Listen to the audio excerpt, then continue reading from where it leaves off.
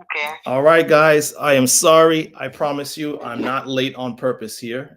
um, yeah, we were supposed to start about 9, 10 minutes ago, but for some reason, I'm not able to broadcast this on my private group. My private Facebook group is very near and dear to my heart. So, unfortunately, they're not going to be on this particular live, which really sucks. I can't figure out why I can't add them on this time.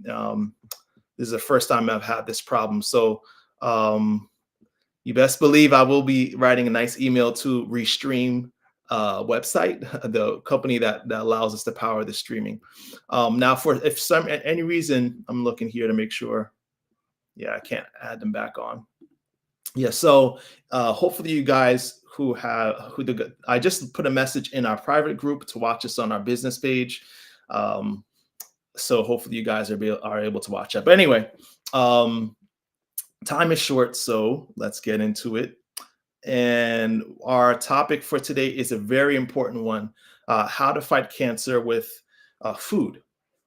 Now, of course, on diabetes 180, that's the business. That's the our we focus on diabetes, but you may wonder why talk about cancer if your company is about diabetes reversal. Well, the many people don't know that when you have diabetes, your risk of dying from cancer is significantly higher than the normal population. So it's very important, that being said, that if you have diabetes, to know how to fight and more importantly to prevent cancer, right? So the good news is the diet that helps you to reverse and your diabetes, or if you're type 1 diabetic, keep your insulin use low, is the same diet that can help fight diseases and conditions like cancer. Okay. I believe that God gave us the one diet to heal them all. I know that's very controversial to say that there's one method or one diet that's better than others. It's more common to hear people say, well, everyone is different, so you got to find out what works for you. But from my research, there are tons and tons of nutritional based studies that point to a whole food plant-based diet as the ideal diet for man. So it's no surprise that this diet also is one of the best ways to fight and heal from cancer. All right. Um, Cancer is actually something that we all develop throughout our life. I know a long time ago when I learned that your body is daily actually creating cancer cells, and your immune system is actually keeping them at bay, keeping them from growing and developing. It was a surprise to me. More recently, I learned that you can actually have cancer cells even from infancy. Even from infancy, you can develop cancer cells. And studies actually have even shown that the diet of your mother can determine how many or what cancer cells you develop from infancy. So that's pretty huge. It shows you how there's a connection between even from diet and what we put in our body and cancer. There are a lot of different environmental causes of cancer, things that can trigger the initiation of cancer stages. Um, and of course, age is one of the biggest factors. As we get older, we start doing health screenings for cancers, right? So, what if there's a way to stop it from developing in the first place, right? What if there's a way to halt its progression? See, cancer actually develops in 3 stages. Okay, so there's the initiation stage. That's the stage where cancer is triggered. A cancer cell is triggered to develop, usually by something that causes a DNA mutation, right? Um, then the second stage is called the promotion stage. That's the stage where cancer cells are now dividing, right? You're going from 2 cells to 4 cells, and it's the dividing and doubling. What they actually call it is the doubling rate. So the doubling rate of cancer, the doubling rate actually of those cancer cells is what determines how fast it goes from a few cancer cells to billions of cancer cells. Okay. By the time a tumor is found, it's usually 8 billion cells. And what determines how if you die from a cancer is how fast it grows, how fast it develops. Is that cancer doubling rate leading to a tumor in the next 5 years, Or is that cancer doubling rate leading to a tumor that's going to develop in 100 years, right? A lot of that is determined by what we put in our body, all right? And the third stage is called the progression stage. That's when the tumor is now invading local tissue or spreading throughout the body. So there are certain foods that can actually halt or even reverse cancer at one or all stages. And we're going to highlight some of these foods. Okay.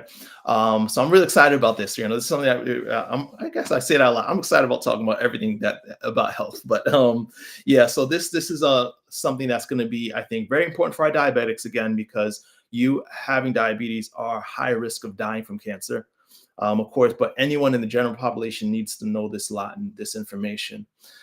Just a little a reminder before we go into the topic again, a little further, is that we'll have lives every Monday. Okay, so that's going to be the plan going forward, every Monday at 7 p.m.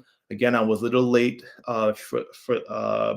in starting, so hopefully I didn't miss too many people in starting a little late. I had some technical issues, but yeah, if you want to, and I should actually go ahead and put this in the chat. If you ever want to be placed on a reminder so that you don't miss out on these lives, just go ahead and email me on the email that's about to show up right here.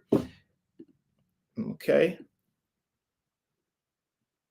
Let's see if this is going to work. A lot of technical issues today. I can't even put a comment in. I'll restream. You guys are going to hear from me tonight. All right, but it's all right. For some reason, I can't even post a comment. My email is my name, Lewis, LEWIS, at lewisbertus.com. My last name being BERTUS. So LEWIS at lewisbertus, LEWISBERTUS.com. And for those of you guys who are watching right now, please leave a comment, number one, so I can know that my comment section is working. If for some reason I can't put a comment, I'm assuming you guys can't comment either. Like I said, Restream is going to hear from me. But yeah, let me in the comment, just let me know where you're watching from. Okay, your name and where you're watching from. All right. So I love to hear from my viewers. So, and hopefully at some point I'll be able to post a message to you guys, because I really like you guys to have my email. All right. So let's get into it. The first food, right?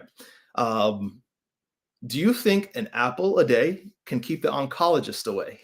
This is actually a title of a real title of a news article, and that an apple a day can keep the oncologist away. We always hear about an apple a day being healthy, but put to the test, can apples help provide or help you prevent cancer development?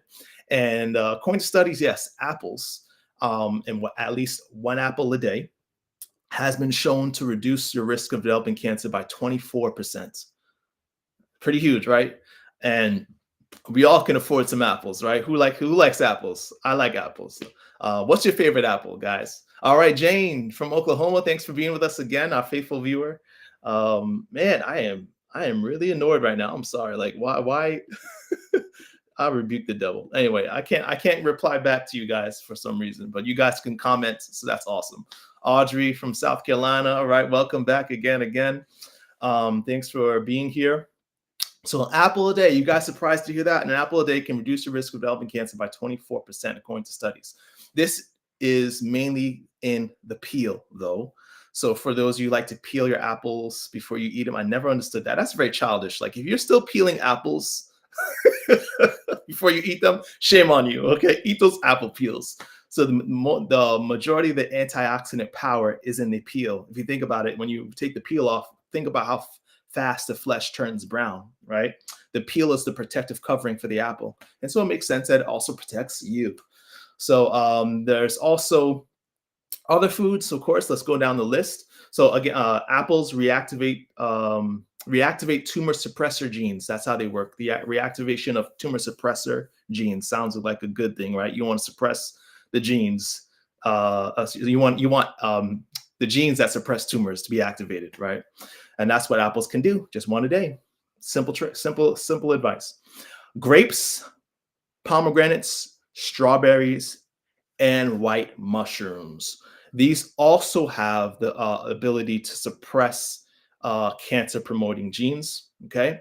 So that's another thing you want to add to your shopping list. I don't do pomegranates much. Um, I think I'm lazy and it looks busy. Like it just looks like a lot of work to eat a pomegranate.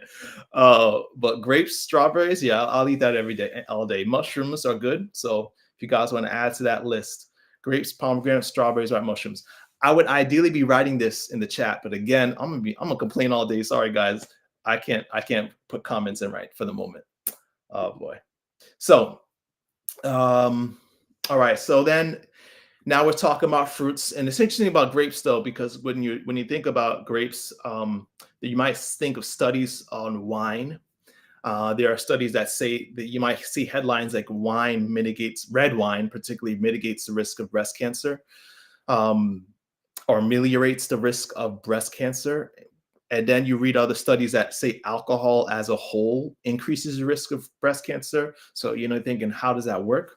Well, that's because grapes in themselves help fight cancer, right? So when you drink red wine, particularly, you help fight the risk of developing cancer that the alcohol causes. So, think about that, right? You might as well just eat the grapes and put down the wine. Sorry, guys, I probably lost some followers saying that. I know some people like their wine, but yeah, the cancer fighting power comes from the suppressor genes in the grapes, not the alcohol. Okay. Collard greens. So collard greens is another great food for fighting cancer. This has been shown to reduce cancer risk in all ages. I think the study is actually referring to breast cancer. And what's interesting is that, you think about these studies and you're thinking, well, what about this food? What about that food? Or how come he's not including this food? I thought this food is healthy. You got to think about it. There's not a whole lot of studies on food and their ability to fight disease and conditions like cancer, right?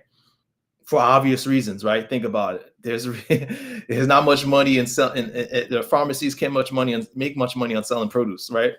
But so even though I'm highlighting these studies and these certain particular superfoods for the cancer fighting power, it does not mean that there aren't other foods that have never been studied that can help fight cancer. It also does not, even though I'm highlighting how a certain food like collard greens in breast cancer, it doesn't mean it's only good for breast cancer, right? So it's very likely if it's good for one cancer, it's good for many others, okay? So eat your collard greens, guys. Eat your collard greens. Moving on. All right, so another thing, a food item that deserves special mention is broccoli. Broccoli, I mean, I mentioned this last week during our Foods That Fight Inflammation study. Seeing more people coming to the chat, but you're not telling me where you are coming from. So don't be shy. Go ahead and post. Let us know your name, where you're watching from. I'm saying calling, where you're watching from. All right, I really appreciate that. So broccoli and other cruciferous vegetables are also foods that are very effective at fighting cancer. And this is because of the sulforaphane it's a compound found almost exclusively in cruciferous vegetables. So broccoli, you're thinking, well, I'm getting a blank. Cauliflower, Brussels sprouts, those cruciferous vegetables are the foods that contain this magical, almost medicinal compound. The catch is, though, you have to make sure to prepare them. Before you cook them, okay, before you prepare them to eat, you should chop them. Make sure they're chopped first to activate the enzyme that creates this compound, okay? So chop them. I've read studies that say you have to wait about 40 minutes after chopping before you cook it, or you could buy it pre-chopped, okay, to make sure that you're getting the most of the sulforaphane power to fight cancer. Its studies show that the reason why Brussels sprouts, broccoli, or cauliflower can fight cancer is that it suppresses breast cancer stem cells. And we're talking about breast cancer particularly right now, but there's also studies on how broccoli can suppress other types of cancers in different ways, okay? In different stages. We talked about the 3 stages of cancer. Broccoli is huge. Guys, you should be eating broccoli every day, all right? Broccoli is huge. Vernetta, thanks for watching from St. Lucia. Awesome. All right, don't be shy, guys. Let us know where you're watching from. Let us know. I want to know, are you guys eating your broccoli? Let me know. I like broccoli. I try to eat broccoli if not every day, at least a few times a week. Right now, I got broccoli in my meal my meal plan containers, I should say, my food containers for the week. So I'm set to go on that. But think about that. Stem cells are what determine whether a cancer comes back, right? Stem cells are almost like the birthing place of cancer. For those who survive cancer, especially cancers like the breast, who tend to experience recurrence, you can actually experience less recurrence just by eating broccoli. I mean, simple solutions, man. Right? Tracy from North Carolina, thanks for watching. Awesome. Good. All right. So broccoli, eat your broccoli. All right. Broccoli and all the cruciferous vegetables in the same family have the same benefit. Oh man, there's so much to talk about. I don't think I'm gonna get through all this list. I have to do a part 2 for sure. I'm gonna have to do part 2. Okay. In my defense, I did start 10 minutes late, but because of Restream, man, I'm gonna email you guys. Flax seeds are also a superfood when it comes to cancer. Flax seeds is probably one of the oldest food items that we have known is very effective for being a medicine, essentially. Rich in omega-3s, they're also known to fight cancer. Flax seeds, this is a study that I want to definitely mention. So there was a study with, again, breast cancer, where they did a large study of women. Basically, they looked up and found the names of women who were about to go through breast cancer surgery, right? Get their breasts removed. And they split this group of women into 2 groups. They had one group of that were set to eat muffins with flax seeds, and another group that was set to eat muffins with no flax seeds. They both looked the same, tasted the same, I guess, but they just one muffin had flax seeds, another didn't. Very simple intervention. They wanted to see, okay, after their breast cancer surgery, if they actually study the tissue that was removed from the body, the cancerous cells, which group would benefit more, right? Or would flax seeds have a benefit, okay, in fighting cancer? So, and how they did this is they compared the biopsies pre-surgery and the tissue removed after surgery, okay? Ground flax seeds. Audrey, thanks for asking. So yeah, ground flax seeds is important if you're going to get your flax seeds to get them ground, because whole flax seeds, you won't digest much. Okay. Yes, Vernetta, there's so many variations of cooking broccoli. So, that's definitely something you need to include. Adding cheese, not such a good idea. Unless it's the only way you're going to eat broccoli. Okay. It's better to eat it without cheese. We're not going to talk about, the effects of dairy and cheese. But that's definitely worth another live. We'll talk about that. Okay. But just keep it simple. I'm going to say that, no, it's best to eat them without. Okay. All right. So yeah, great questions, man. So I'm going to ask the same question about flax seeds. Yes, ground, not whole flax seeds. Okay, I guess you already know the results of the study, but this is huge. I got to read the results. Okay, this simple intervention, and just 5 weeks later. Okay, this is a 5-week period. Compared to the non-flaxseed eating breast cancer group, the tumor cells comparing the 2 groups, the one with flax seeds had tumor cell proliferation decrease, cancer cell death rate increase, and cancer aggressiveness, which is basically they have a certain grading system on how aggressive that cancer is, how likely it is to come back, also decreased just from 5 weeks of flax seeds. All right. So for my ladies, it's easy to get flax seeds in your diet. For me, I usually put them in smoothies a little bit. You could put them on your salads. You could sprinkle some on your oatmeal.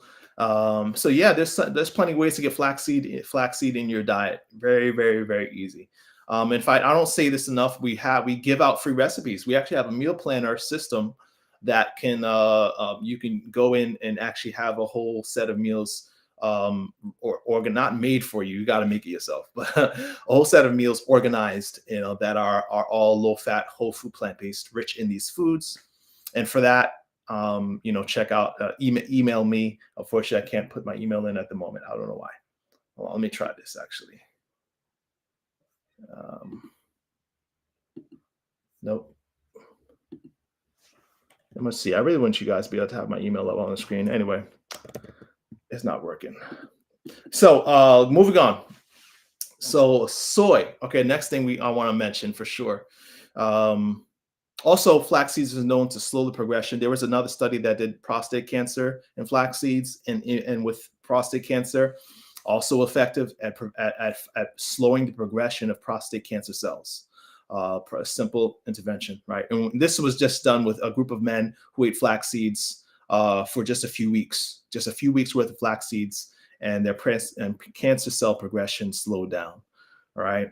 So, I mean, I'm giving you guys a lot of information. I hope you guys brought a pen and a paper because, yeah. Or obviously you can watch this on the playback. This is going to be restreamed. So once this is over, you could rewatch this, send it to your family and friends.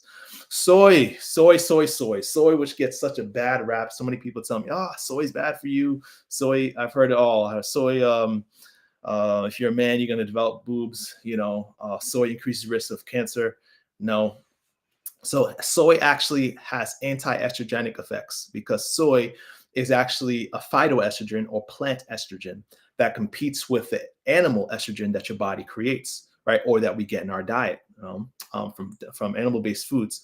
And how it protects you from cancer, breast cancer, is very interesting. Is actually the plant estrogen competes with the animal estrogen for the receptors that receive it in your breast.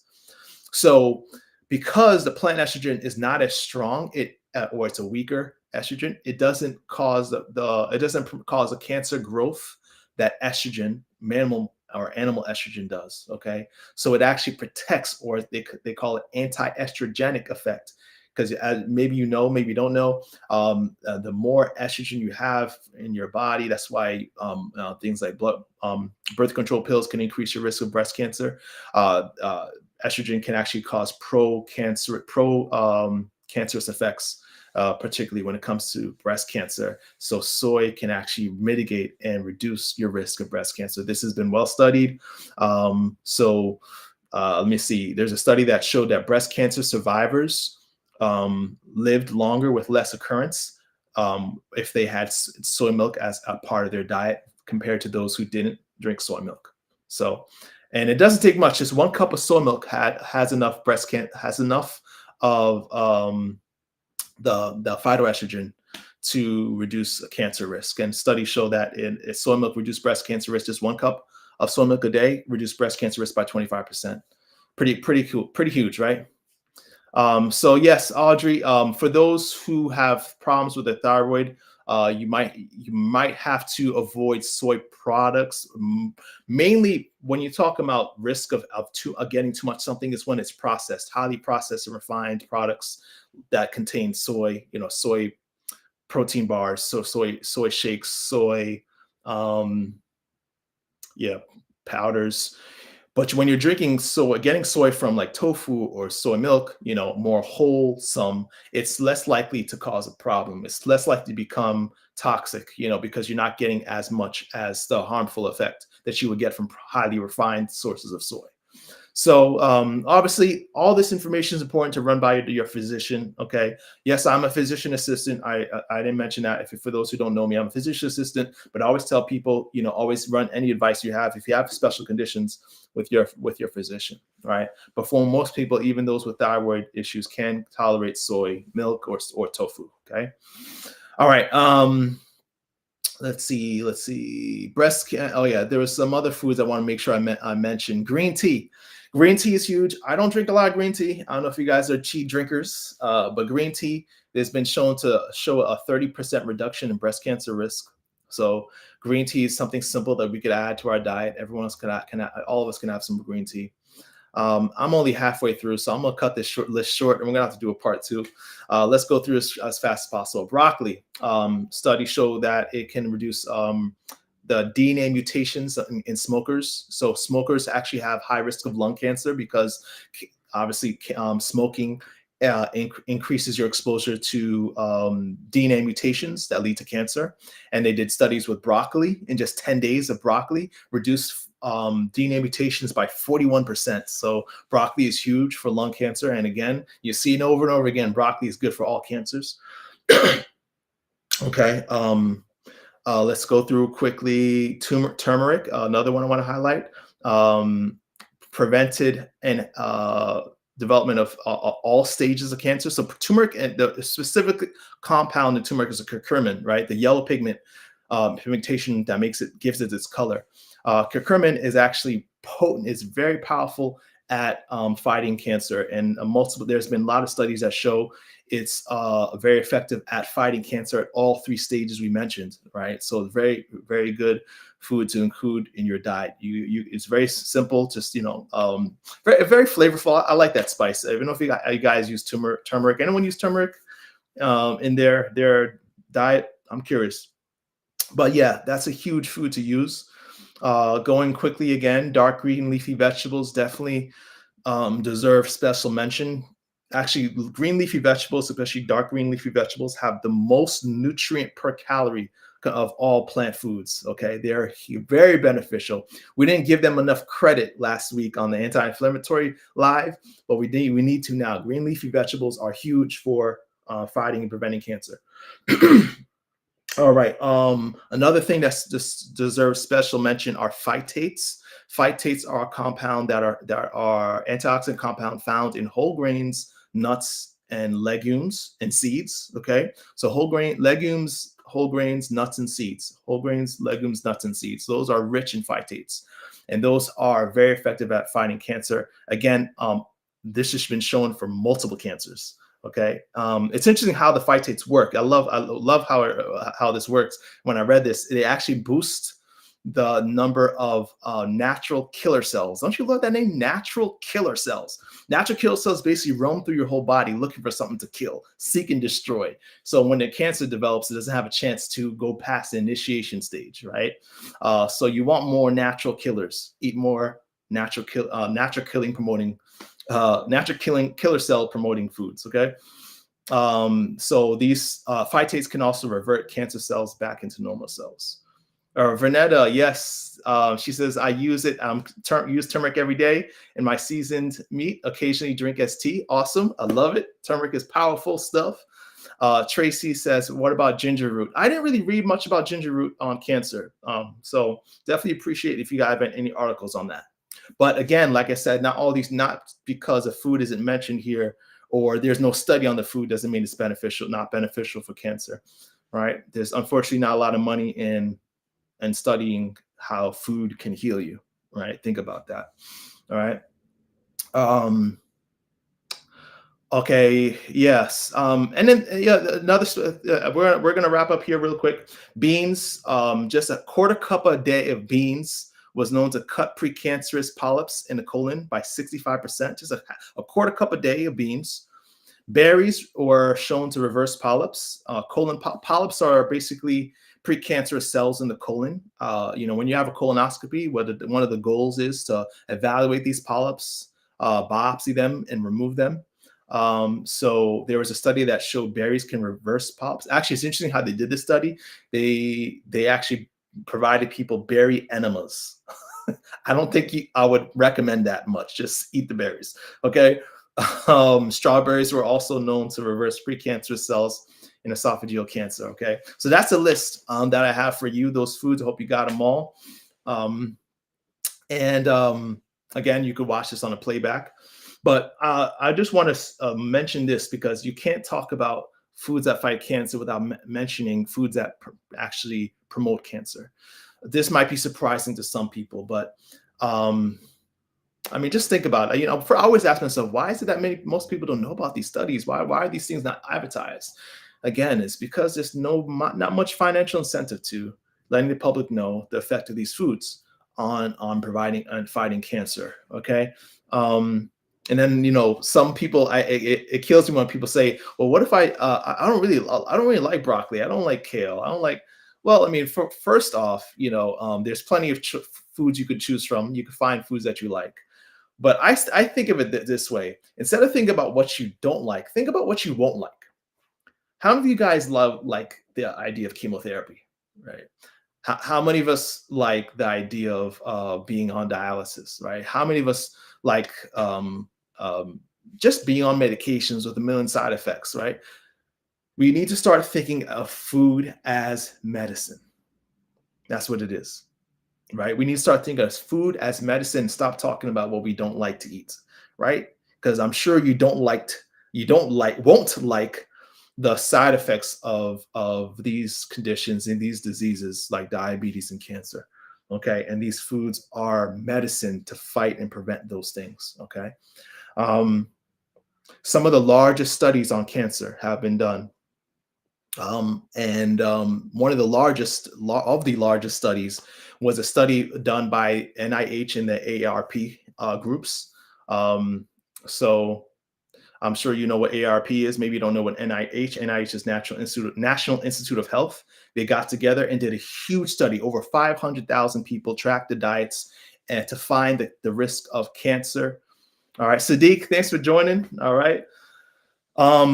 So what's interesting is that what all these studies show. So that 500,000 plus study, another study with Harvard studies, a group of Harvard studies, health professionals and nurses study, included more than 150,000 people. EPIC study, I don't know if you heard of EPIC, the European investigation into cancer and nutrition.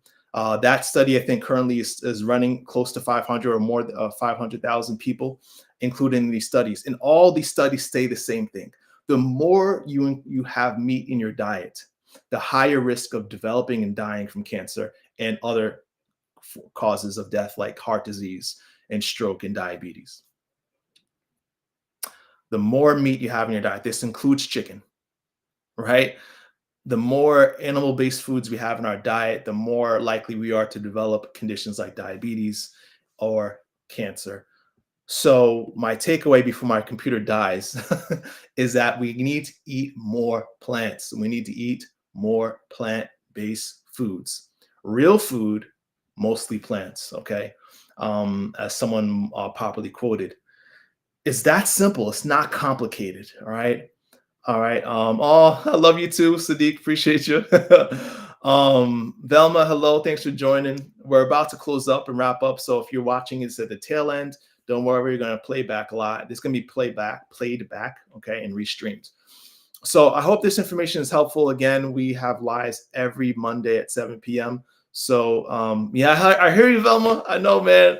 But you just think about the things that you really, really love. We love meat. I love chicken particularly, but I also love having a sound, strong body and mind to the end of my days, right? And that's what I love the most. So sometimes you got to think about what you love the most that can trump the things that you love, okay? But we'll have more talks about this idea, and diabetes reversal is our goal. So check me out if you want to get put on our newsletter, lewis@lewisburtis.com. All right, sorry I can't post it right now in the chat. And hope to see you next week. And as always, beloved, I pray above all things that you may prosper and be in good health, even as your soul prospers. See you next.